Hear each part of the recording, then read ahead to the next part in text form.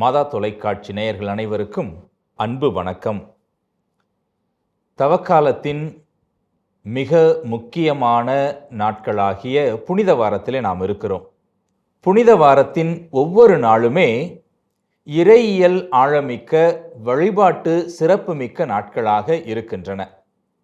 பெரிய வியாழன் குருத்துவத்தை ஏற்படுத்திய நாளாகவும், இறுதி பாஸ்கா உணவின் நாளாகவும், நற்கருணையை ஏற்படுத்திய நாளாகவும் கொண்டாடப்படுகிறது. பாடுகளின் புனித வெள்ளியானது ஆண்டவருடைய பாடுகளை, அவருடைய இறப்பை தியானிக்கக்கூடிய நாளாக இருக்கிறது.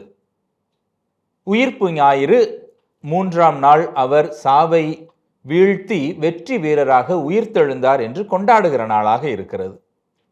ஆனால் இந்த புனித வாரத்தில் நாம் மிக எளிதாக கடந்து போகிற ஒரு நாள் இருக்கிறது. அதுதான் பெரிய சனி என்று சொல்லப்படக்கூடிய புனித சனிக்கிழமை. புனித வாரத்தில் இந்த சனிக்கிழமைக்கு என்று ஏதாவது சிறப்பு இருக்கிறதா? இந்த நாட்களில் வழிபாடுகள் இருக்கின்றனவா? என்ன விதமான பழக்கத்தை அல்லது பாரம்பரியத்தை திருச்சபையில் நாம் பின்பற்றுகிறோம்? இப்படி பல கேள்விகள் இருக்கின்றன. இந்த கேள்விகளுக்கு விடை காண்கின்ற விதமாகத்தான் இன்றைய நிகழ்ச்சி அமையப்போகிறது. புனித சனி, அறிந்ததும் அறியாததும். இன்றைய நிகழ்ச்சியிலே நம்மோடு இருந்து இந்த கேள்விகளுக்கு விடையளிப்பதற்காக அரங்கத்தில் நம்மோடு இணைந்திருப்பவர் மதுரை உயர்மறை மாவட்ட அனுபவமிக்க அருட்பணியாளர் அருட்பணி ஜான் பிரிட்டோ பாக்கியராஜ் அவர்கள்.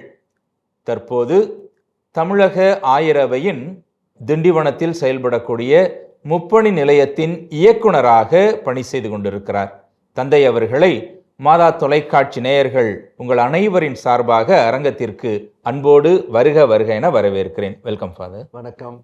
அருட்தந்தையிடம் நம் சார்பாக ஐயங்களை கேள்விகளாக எழுப்பி இந்த நிகழ்ச்சியை சிறப்புடையதாக்க நம்மோடு இணைந்திருப்பவர்கள் மதுரை பாத்திமா கல்லூரி மாணவிகள் செல்வி மெத்துல் சலா, செல்வி சலோமி. இவர்கள் இருவரையும் அன்போடு வருக வருக என வரவேற்கிறேன். வெல்கம். புனித சனி, இந்த நாளுடைய விவிலிய பின்னணி என்ன என்பதிலிருந்து நாம் இந்த நிகழ்ச்சியை தொடங்குகிறோம். நேரடியாக தந்தையினுடைய பகிர்வுக்கு செல்வோம். மாதா தொலைக்காட்சி நேயர்கள் ஒருவருக்கும் என் அன்பான வணக்கத்தை தெரிவித்துக் கொள்கிறேன். கிறிஸ்தவ சமயத்தினுடைய முக்கியமான மையமான நிகழ்வு என்று சொன்னால் இயேசுனுடைய பாடுகள், இறப்பு, உயிர்ப்பு ஆகும். இது கிறிஸ்துவ நம்பிக்கையினுடைய ஆணிவேராக, அடித்தளமாக, மறைபொருளாக இருக்கிறது. இயேசு கிறிஸ்து உயிர்க்கவில்லை என்றால் இயேசு கிறிஸ்து மீது உள்ள கிறிஸ்தவத்தின் நம்பிக்கை பொருளற்றதாக இருக்கும். அவரை பற்றிய நற்செய்தி ஒரு பொய்யான செய்தியாக இருக்கும் என்று பவுலடியார் 1 கொரிந்தியர் 15வது அதிகாரத்திலே 14-15 வசனங்களில் மிக தெளிவாக சொல்கிறார். எனவே கிறிஸ்துவ சமயத்தில் இந்த உயிர்ப்பு பெருவிழா, அதை ஒட்டி முன்னால் வருகின்ற புனித வாரத்தினுடைய முக்கியமான நாட்களான புனித வியாழன், புனித வெள்ளி, புனித சனி, இதனை நாம் அருமையாக கொண்டாடுகிறோம். இந்த கொண்டாட்டத்திலே இன்று நாம் பார்க்கிறது முக்கியமாக இந்த புனித சனியை பற்றிய ஒரு தேவையான அறிதலும் புரிதலும் ஆகும். கிபி 33 நாம் பார்க்கிறோம், இயேசு தன்னுடைய பாஸ்கா விழாவை கொண்டாடுவதற்காக தன்னுடைய சீடர்களோடு எருசலேம் வருகிறார். எருசலேம் வந்தவர் பாஸ்காவை கொண்டாடிவிட்டு கெத்செமனே தோட்டத்திற்கு ஜெபிக்க செல்கிறார். அவ்வாறு ஜெபித்து கொண்டிருந்த பொழுது யூத காவலர்களும் ரோமை வீரர்களும் அவரை கைது செய்ய வருகின்றார்கள். அங்கு வந்தபோது யூதாசால் காட்டு கொடுக்கப்பட்டு அங்கே கைது செய்யப்படுகிறார். எதற்காக கைது செய்யப்படுகிறார்? அவர் கடவுளை அவர் பழித்துரைத்தார். அது ஒரு பெரிய நிந்தனையாக கருதப்பட்டது, பெரிய மரண குற்றமாக கருதப்பட்டது.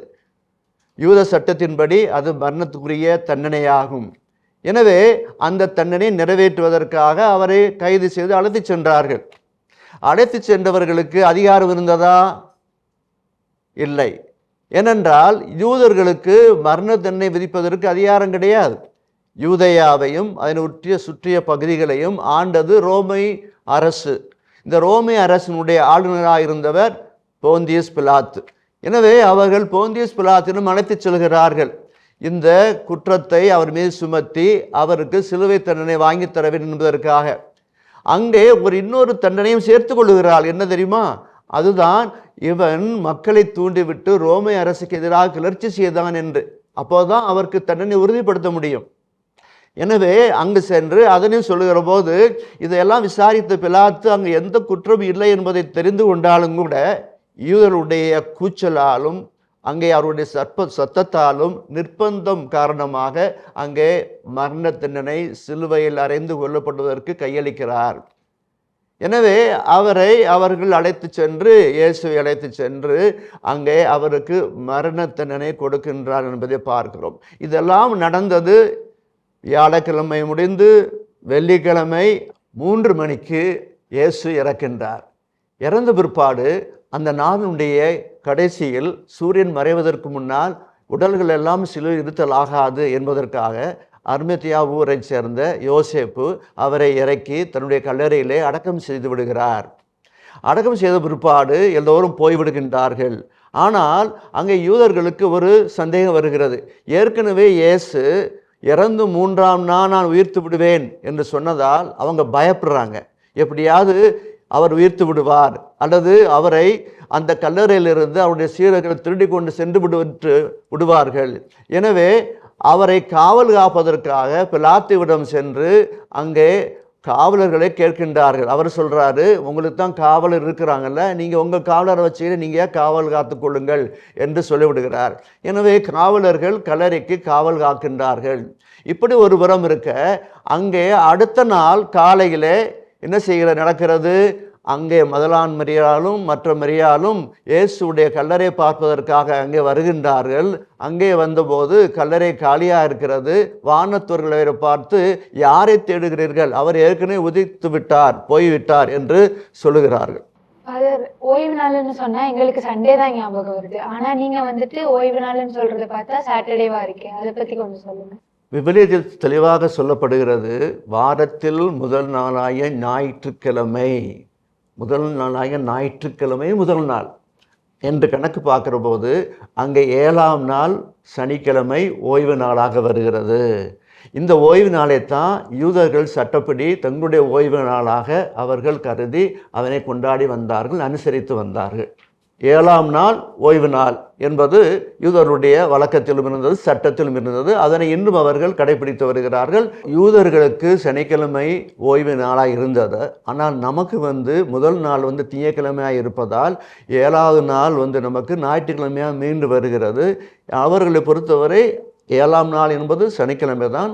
இன்றும் கொண்டாடுகிறார்கள், தொடர்ந்து கொண்டாடி வருகிறார்கள். அது அவர்களுக்கு ஓய்வு நாளாக இருக்கிறது. நமக்கு அது ஓய்வு நாளாக இல்லை.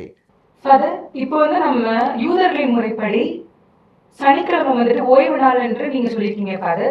இப்போ புனித வாரத்துல நம்ம கொண்டாடப்படுற புனித சனி நம்ம என்னென்ன வழிபாடுகள் பண்ணுவோம், அதை பத்தி கொஞ்சம் விளக்கமா சொல்லுங்க ஃபாதர். திருவழிபாட்டை பொறுத்தவரை நம்முடைய அந்த திருப்பலி புத்தகத்தில் பார்த்தீங்கன்னா புனித வெள்ளிக்கிழமை, வியாழக்கிழமை, இன்னும் உயிர்த்த ஞாயிற்றுக்கிழமை, இந்த நாளுக்கெல்லாம் நிறைய விளக்கங்களே தருகிறது. நிறைய வழிபாட்டு சடங்குகள் எல்லாம் சொல்லுகிறது. ஆனால் புனித சனிக்கிழமை அப்படின்னு பார்த்தீங்கன்னா 3 காரியத்தை மட்டும்தான் அந்த நூலில் அது சொல்லுகிறது. என்ன சொல்கிறது தெரியுமா?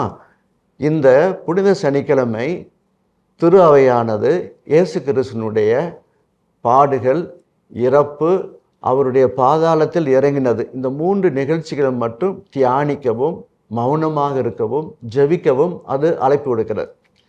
அப்புறம் என்ன சொல்லுகிறது? ஆலயத்தின் பீடம் வெறுமையாக இருக்கிறது அப்படின்னு சொல்லுது. 3வது காரியம் என்ன சொல்லுகிறது? எந்த திருச்சடங்கையும் நிறைவேற்றக்கூடாது. ஒரே ஒரு சடங்கு மட்டும் நிறைவேற்றலாம், நோயல் பூசுதல். அந்த நோயல் பூசுதலில் இறக்கும் விரைவாயில் இருக்கின்றவர்களுக்கு நன்மை கொடுக்கலாம் என்று இந்த 3 விஷயங்களை மட்டும்தான் இந்த திருப்பலி புத்தகத்தில் புனித சனிக்கிழமையை பற்றி சொல்லுகிற போது திரு அவை நமக்கு சொல்லுகிறது. ஆனால் இன்னும் நிறைய விஷயங்களை நாம் அறிந்து கொள்ள முடியும். வரலாற்று புரட்டி பார்க்குற போது இந்த ஈஸ்டருக்கு முந்தின நாளான இந்த புனித சனிக்கிழமை ஓய்வு நாள் என்று அங்கே யூதர்கள் சட்டத்தின்படியும் வழக்கத்தின்படியும் பாரம்பரியத்தின்படி கடைபிடித்தாலும் நாம கடைபிடிக்க வேண்டியதும் அங்கு முக்கியமாக ஒன்று உண்டு. ஏனென்றால் உயிர்ப்புக்கு நாம் நம்மையே தயாரிக்க வேண்டும் என்பதற்காகவும் இயேசுனுடைய பாடுகளை தியானிக்க வேண்டும், அவருடைய இறப்பை நாம் தியானிக்க வேண்டும். அவர் இறந்து கல்லறையிலே அடக்கம் செய்யப்பட்டிருக்கிறார், எனவே நாம் துக்கத்தோடு மௌனத்தோடு இதனை அனுசரித்து ஜெபிக்க வேண்டும் என்றெல்லாம் காலங்காலமாக திரு அவையிலே அவர் கடைபிடித்து வருகிறார்கள். இன்னும் குறிப்பாக சொல்ல வேண்டுமென்றால் தொடக்க காலத்திலே இயேசு உயிர்ப்புக்கு முந்தின நாள், அதாவது புனித சனிக்கிழமை 40 மணி நேரம் அவர்கள் உண்ணாவிரதம் இருந்தார்கள் என்று சொல்லப்படுகிறார். ஆக இயேசுடைய உயிர்ப்புக்கு ஒரு தயாரிப்பாகவே இந்த ஓய்வு நாள் கொண்டாடப்பட்டது, ஓய்வு நாள் அனுசரிக்கப்பட்டது திருச்சபையிலே என்று நாம் பார்க்கிறோம். இதனை நாம் நன்கு புரிந்து கொள்ள வேண்டும்.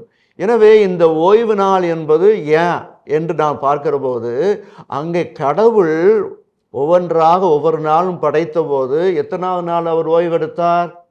7ஆம் நாளிலே ஓய்வெடுத்தார் என்று சொல்லப்படுகிறது.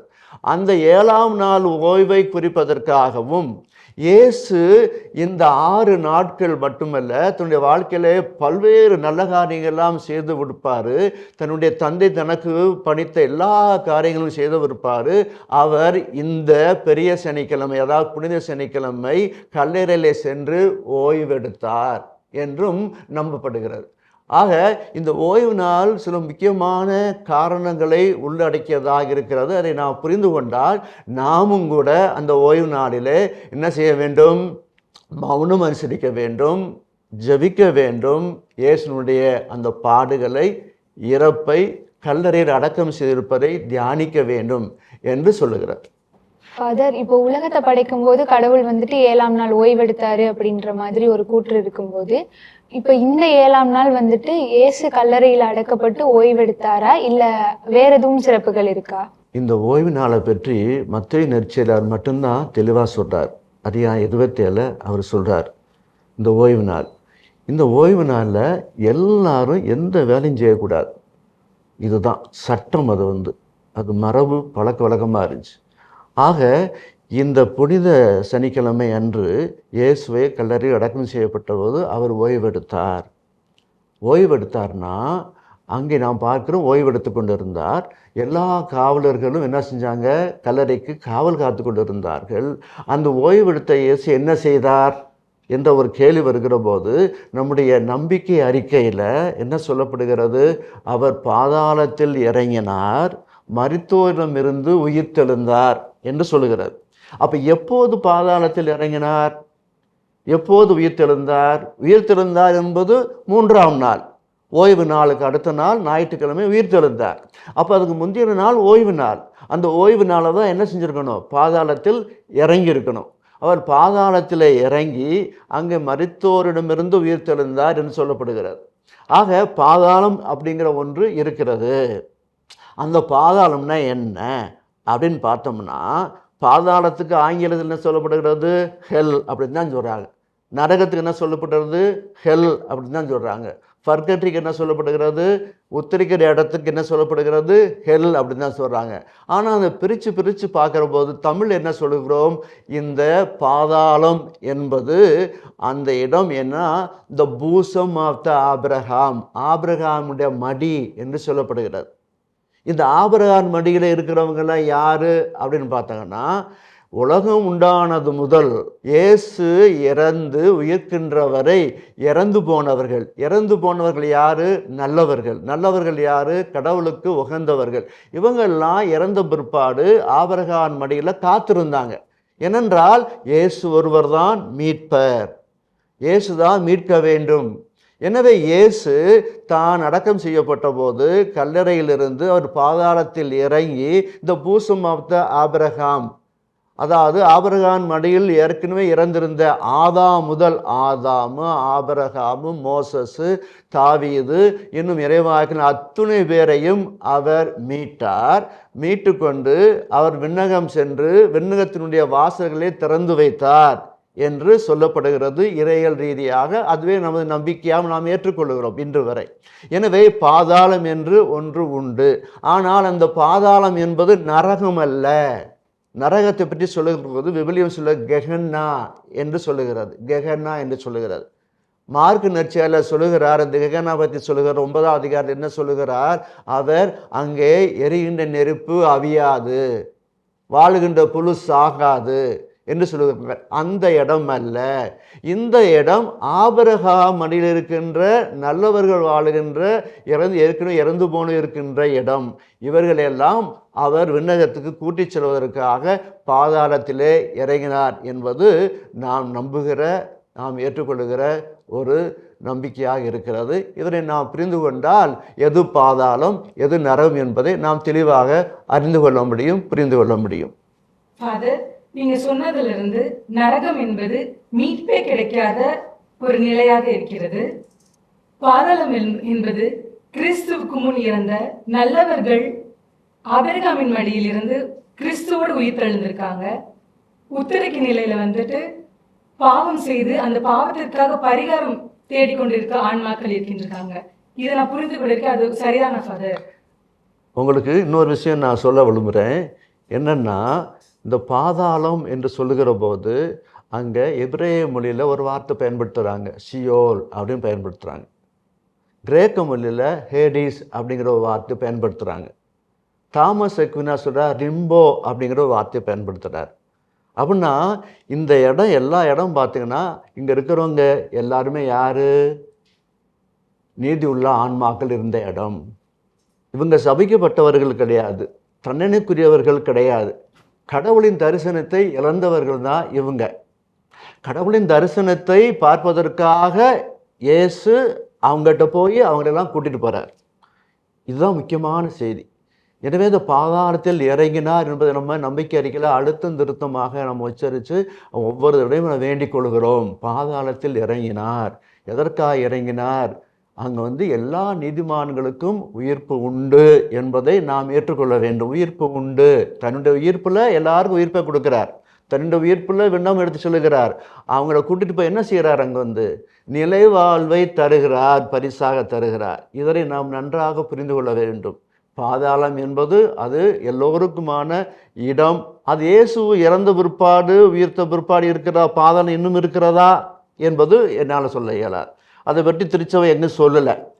அவர் பாதாளத்தில் இறங்கினார். இப்போ நம்ம அதிகமாக பேசுகிறது நரகம் உத்திரிக்கிற இடம் பற்றி தான் அதிகமாக நாம் பேசுகிறோம், சிந்திக்கிறோம். இதனையும் நான் நன்றாக புரிந்து கொள்ள வேண்டும்.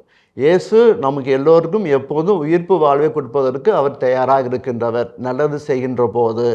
இதனை நாம் நன்கு புரிந்து கொண்டு இந்த ஓய்வு நாளிலே இந்த ஒரு முக்கியமான கருத்தை, பாதாளத்தில் இறங்கினார் என்ற கருத்தை நாம் புரிந்து கொள்வோம், அறிந்து கொள்வோம். ஃபாதர், இப்போ புனித சனி அப்புறம் பாதாளத்தை பற்றி அருமையாக நீங்கள் சொன்னீங்க. அதே மாதிரி புனித சனி அப்போ நம்ம என்னென்னலாம் வழிமுறைகள் அனுசரிக்கணும், கடைபிடிக்கணும், அதை பற்றி கொஞ்சம் சொல்லுங்க. கத்தோலிக்க திரு அவையில் இந்த புனித சனிக்கிழமை என்பது ஒரு தனித்துவமான நாள், மிக சிறப்பான நாள். அந்த பெரிய வெள்ளிக்கிழமை துக்கத்திற்கும் ஞாயிற்றுக்கிழமை ஈஸ்டர் மகிழ்ச்சிக்கும் இடைப்பட்ட ஒரு சிறப்பான நாள். இது ஒரு மீட்பின் நாள் அப்படின்னு கூட சொல்லலாம். இந்த சனிக்கிழமை நாள் அப்புறம் காத்திருப்பின் நாள் என்றும் சொல்லப்படுகிறது. இன்னொரு வார்த்தை சொல்லுவாங்க, கடவுளுடைய மறைபொருள் விளக்கப்பட்ட நாள். அதாவது விளக்கப்பட்ட நாள் என்ன அர்த்தம்? முழுமையாக நமக்கு புரிந்து கொள்வதற்காக கொடுக்கப்பட்ட நாள், கடவுளின் மறைபொருள். இப்படிப்பட்ட நாள் தான் இந்த புனித சனிக்கிழமை. இந்த சனிக்கிழமையில் திரு அவை மௌனம் காக்க வேண்டும். த கிரேட் சைலன்ஸ் அப்படின்னு சொல்லுகிறது. மகா மௌனம் அல்லது மகா அமைதி. இந்த அமைதியின் நாளாகவும் ஜபத்தின் நாளாகவும் தியானிப்பின் நாளாகவும் நாம் இதனை கடைபிடிக்க வேண்டும். எதை பற்றி தியானிக்கணும், எதற்காக ஜபிக்கணும் என்று பார்க்கிற போது, நம்முடைய இயேசு, நம்முடைய தலைவர் கல்லறையில் அடக்கப்பட்டிருக்கிறார், இறந்திருக்கிறார். எனவே அதனை பற்றிய துக்கம், அதற்காக ஜபம் நாம் செய்ய வேண்டும். எனவே இந்த பெரிய சனிக்கிழமை அன்று நாம் செய்ய வேண்டியது ஏராளமான காரியங்கள், 1-2 காரியம் அல்ல. வெறும் மௌனமாக இருந்தால் ஜெபித்தா மட்டும் பத்தாது. மாறாக ஏராளமான காரியங்கள், மனிதமான காரியங்களையும் நாம் செய்ய வேண்டும் என்று திரு அவை நமக்கு பணிக்கிறது. எந்த திருப்பலியும் நிறைவேற்றக்கூடாது. ஆனால் நோயில் பூசல் மட்டுமே அது நிறைவேற்றலாம்.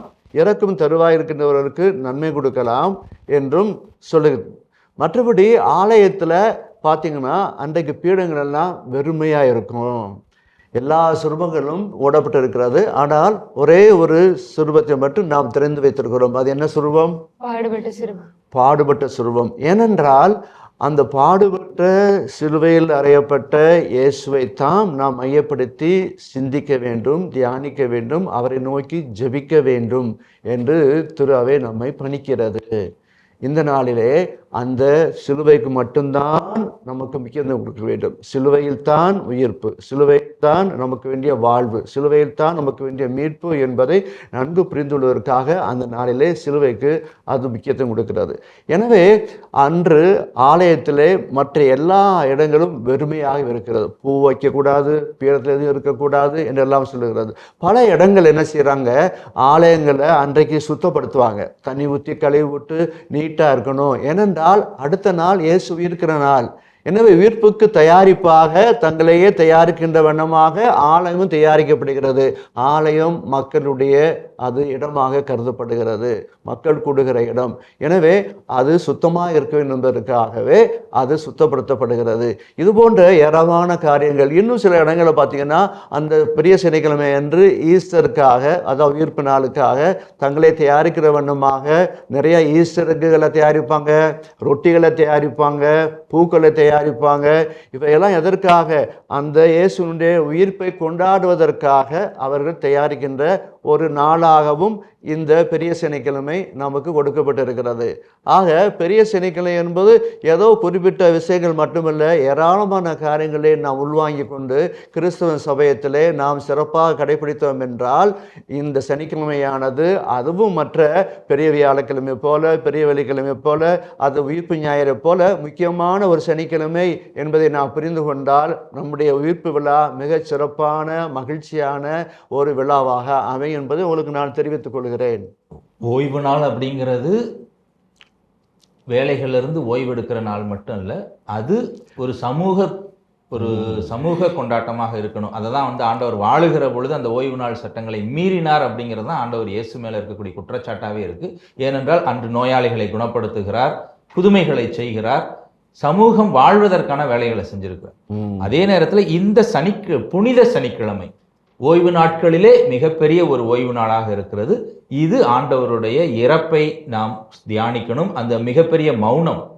ஆக இந்த ஓய்வு நாள், குறிப்பாக இந்த புனித சனிக்கிழமை, இந்த விஷயங்கள் ஆழமான மௌனத்தை குறித்து சொல்லியிருக்கிறீங்க. பல நேரங்களில் பங்குகளில் ஒரு பிரச்சனை வருது. சில நாட்களில் இறப்பு திருப்பலி பங்கு சாமியார் வைக்க மாட்டுறாரு, இன்னைக்கு வைக்கக்கூடாதுன்னு சொல்லியிருக்குன்னு சொல்கிறாங்க. மக்கள் அது சரியாக புரிஞ்சிக்க முடியலை. இந்த திருப்பலி, இறப்பு திருப்பலி, நினைவு திருப்பலி, இதெல்லாம் எல்லா நாளும் வைக்கலாமா, இல்லை இதுக்கும் இந்த புனித வாரத்துக்கும் இந்த ஈஸ்டருக்கும் எதுவும் தொடர்பு இருக்குதா? அதையும் பறித்து கொஞ்சம் மக்களுக்கு விளக்கமாக சொன்னீங்கன்னா நல்லா இருக்கும் சாமி. உண்மைதான். இந்த பாஸ்கல் சாலம்னிட்டிஸ் 1988 திரு அவையானது இந்த திருச்சடங்குகளுக்கான வழிகாட்டலை கொடுத்துருக்கிறார். அந்த வழிகாட்டுதலில் பார்த்தீங்கன்னாக்க அது எப்பப்போ திருப்பலி நான் நடத்தலாம், நடத்தக்கூடாது என்பதை சொல்லுகிற போது அந்த பெரிய வியாழக்கிழமை, பெரிய வெள்ளிக்கிழமை, பெரிய சனிக்கிழமை, ஈஸ்டர் அன்றைக்கு, ஈஸ்டர் நாட்கள் வருகிற 40 நாட்களில் வருகின்ற எல்லா ஞாயிற்றுக்கிழமைகளிலும் இதுபோல் இறப்பு திருப்பலியோ நினைவு திருப்பலியோ நிறைவேற்றலாகாது என்று அது தெளிவாக சொல்லுகிறது. ஏனென்றால் அது உயிர்ப்பின் மகிழ்ச்சியினால். எனவே அந்த திருப்பலியை நாம் நிறைவேற்றக்கூடாது என்பதை பற்றி தெளிவாக சொல்கிறது. இன்னும் ஒரு விஷயத்தை நாம் நன்றாக புரிந்து கொள்ள வேண்டும். இந்த ஓய்வு நாள் என்பது வெறும் சடங்கு சார்ந்த அல்லது சம்பிரதாயம் சார்ந்த, மரபு சார்ந்த ஒரு சடங்காக மட்டும் புரிந்து கொள்ளாமல் அந்த ஓய்வு நாளை நாம் கற்றுக்கொள்ள வேண்டிய விஷயங்கள் நிறையா இருக்கிறது. எப்படி கற்றுக்கொள்ள வேண்டும்? இயேசுவிடமிருந்து கற்றுக்கொள்ள வேண்டும். இயேசு ஓய்வு நாள் என்ன செஞ்சார்? ஓய்வு நாளில் பெரும்பாலும் மனிதாபிமான முறைகளான நிறைய காரியங்கள் அவர் குணப்படுத்தியிருக்கிறார், உயிர்ப்பு கொடுத்திருக்கிறார், நிறைய பேருக்கு வாழ்வு கொடுத்திருக்கிறார், பாவங்களை மன்னித்திருக்கிறார். இப்படியெல்லாம் செய்து நல்லவை மட்டுமே இயேசு ஓய்வு நாளே செய்திருக்கிறார். மனிதம் சார்ந்த, மனிதாபிமானம் சார்ந்த, மனித வாழ்வு சார்ந்த செயல்களை செய்திருக்கிறார். எனவே நாம் கற்றுக்கொள்ள வேண்டியது என்னவென்றால், ஓய்வு நாளில் வெறும் உபவாசம் மட்டும் இருந்தால் பத்தாது, வெறும் சடங்கரை கடைபிடித்தால் மட்டும் பத்தாது. மனிதாபிமான செயல்களை நாமும் இந்த சமுதாயத்திற்கு ஆற்ற வேண்டியவர்கள் என்பதை நினைவுபடுத்துகிறேன் என்பதையும் நாம் மறந்துவிடக்கூடாது. இதை நன்றாக நாம் புரிந்து கொள்ள வேண்டும். என்ன நேயர்களே, ஒரு இனிமையான கலந்துரையாடல், கேள்வி பதில் நிகழ்ச்சியாக இந்த புனித சனிக்கிழமையை பற்றி நாம் அறிந்திருக்கிறோம்.